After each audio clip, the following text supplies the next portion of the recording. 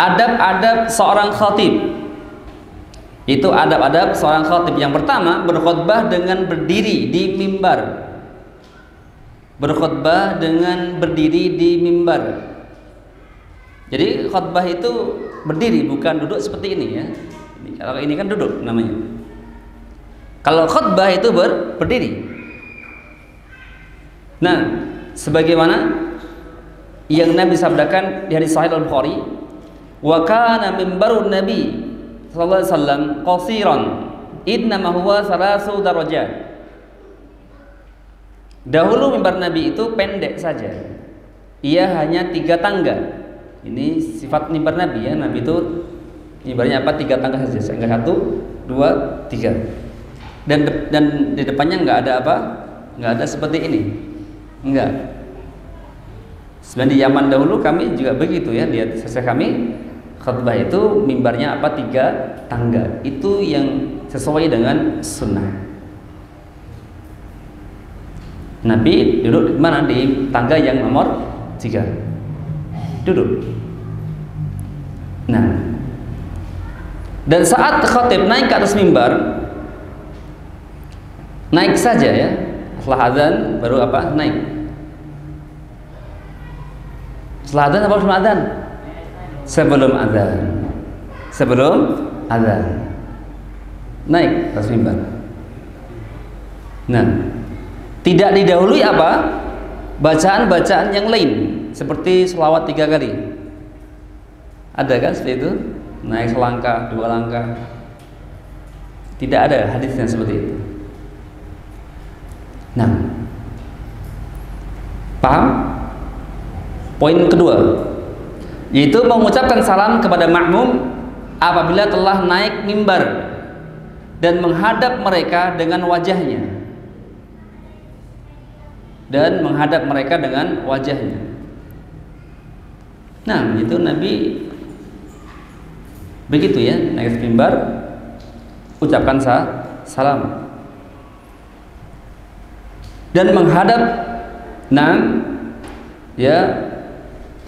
menghadap mereka dengan wajahnya, memandang makmum salam, assalamualaikum warahmatullahi wabarakatuh. Nah, kemudian duduk di mimbar setelah naik sebelum memulai khutbah. Setelah salam apa? Duduk di atas mimbar, salam baru apa? Duduk. Itu apa? Duduk. Poin yang keempat, berkhutbah dengan berdiri. Berkhutbah dengan berdiri.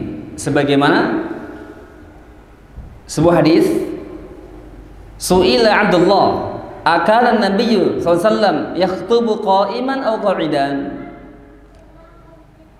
Abdullah bin Mas'ud ditanya, apakah Nabi itu khutbahnya berdiri atau duduk?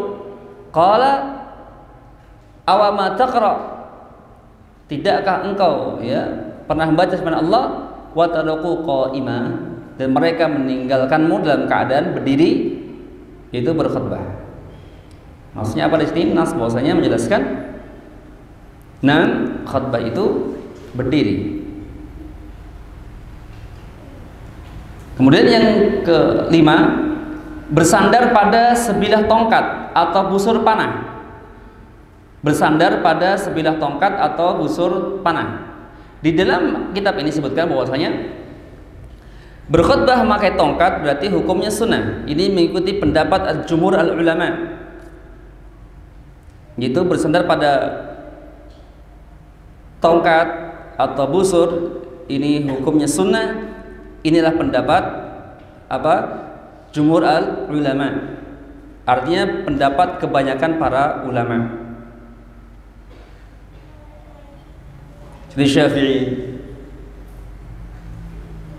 Ya, kemudian Malikiyah dan Hambali. Syafi'iyah apa tadi?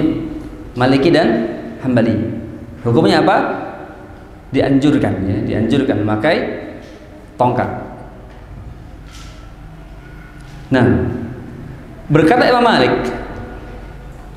wa dzalika mimma yustahabbu lil a'immati ashabul manabir an yakhtubu yaumal jum'ati wa ma'ahum 'asa. Di antara yang dianjurkan untuk para imam yang berkhutbah di atas mimbar, hendaknya mereka berkhutbah Jumat dengan membawa tongkat. Yatawakka'una 'alaiha fi qiyamihim. Kemudian dia memegang tongkat ketika berdiri. Itulah yang kami lihat dan kami dengar. Ini perkataan siapa? Imam Malik. Dan juga kata Imam Syafi'i juga menjelaskan, wa ahabbu likulli man khataba ay khutbah kanat ayatamida ala syai'. Saya menganjurkan bagi setiap khatib berkhutbah untuk memegang dengan sesuatu. Artinya dengan tongkat. Nah, dan juga apa dengan busur panah. Ya, di sini bukan apa, ada busur panah. Nah, ya dengan apa? Dengan busur panah. Lalu bagaimana dengan berkhutbah dengan memakai pedang samurai, katana misalnya? Kita akan bacakan keterangan Ibnu Qayyim al-Jauziyah.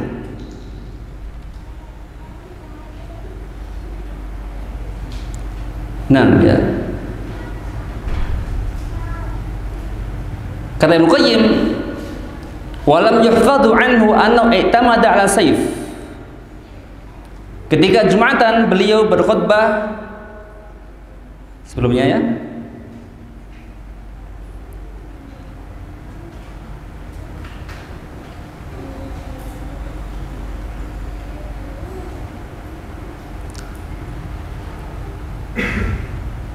Wa inna ma kana yatamidu 'ala qais aw 'asa qabla an yattakhidha manbar.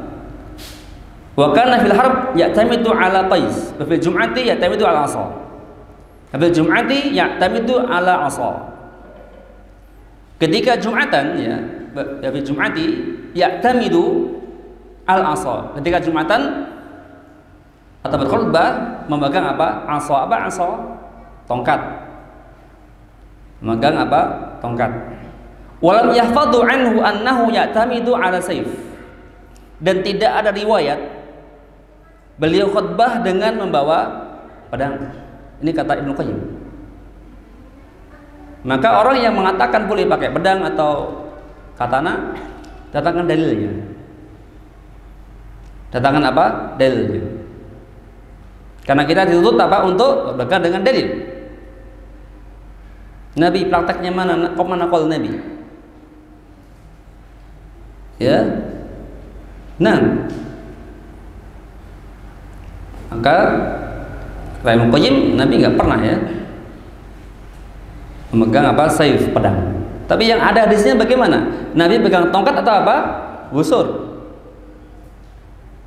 Ini ada hadisnya. Ya, kita beramal dengan hadis. Nah, kemudian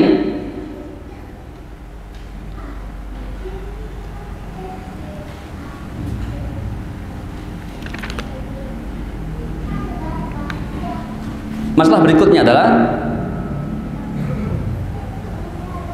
tadi ada poin yang ditinggalkan, yaitu adab seorang makmum ketika khatib berkhutbah, yaitu memandang apa? Wajah khatib. Dalilnya adalah kana Nabi sallallahu alaihi wasallam idza sa'ida al-mimbar istaqbalnahu biwujuhina. Kata sahabat Abdullah bin Abbas, dahulu ketika Nabi naik ke atas mimbar, maka kami hadapkan wajah-wajah kami ke arah beliau. Menghadapkan apa? Ke arah beliau. Ketika Nabi apa? Sedang naik ke atas mimbar.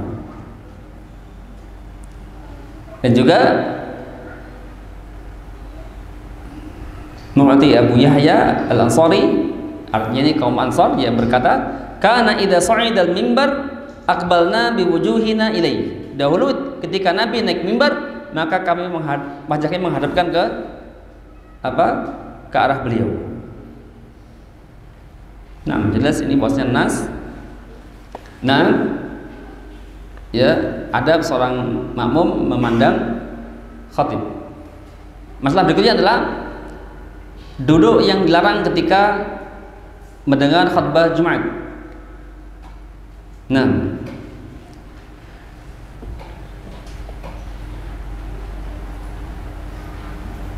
yaitu yang dilarang adalah duduk dengan memeluk lutut. Duduk memeluk lutut. Tahu memeluk lutut? Nah,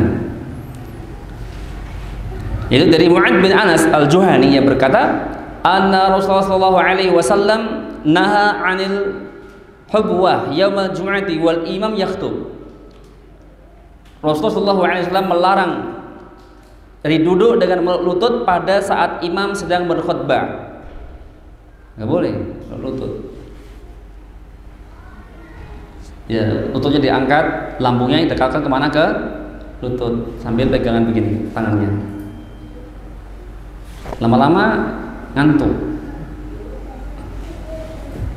Berkata Imam Nawawi, beliau menjelaskan, karahatul ihtiba yaumil jum'ah wal imam yakhtub wal imam yakhtub li'annahu yajlib naum. Dimakruhkan memeluk lutut pada hari Jumat saat khatib berkhutbah karena dapat menyebabkan tertidur, sehingga orang itu apa? Terluput mendengarkan apa? Khutbah. Nah, kemudian poin yang keenam, ada pada seorang khatib mengeraskan suara dan benar-benar menampakkan keagungan khutbah. Itu khatib itu mengeraskan apa? Suara saat berkhutbah. Nabi itu kalau khutbah seakan-akan apa? Sedang memimpin pasukan perang, menyiapkan pasukan perang. Tegas, lugas, lantang suaranya. Nah, tidak lembek, apalagi sampai gurau-gurau, lucu-lucu saat khutbah. Nah, poin yang ketujuh, di antara petunjuk Nabi sallallahu alaihi wasallam adalah membaca surah Qaf dalam khutbah. Ini adalah sunnah ya, membaca surah Qaf dalam khutbah. Hadisnya ada di binti Al-Harits bin Nu'man, beliau berkata, ma hafidhu Qaf illa min fi Rasulullah sallam yakhtub biha kulla jum'ah. Tidaklah aku menghafal surah Qaf melainkan dari mulut Rasulullah sendiri, di mana beliau berkhutbah dengan membacanya setiap Jumat. Nah, wallahu a'lam adalah apa? Hukumnya sunnah baca surah Qaf pada saat khutbah. Nah, cukup ilahna insyaallah.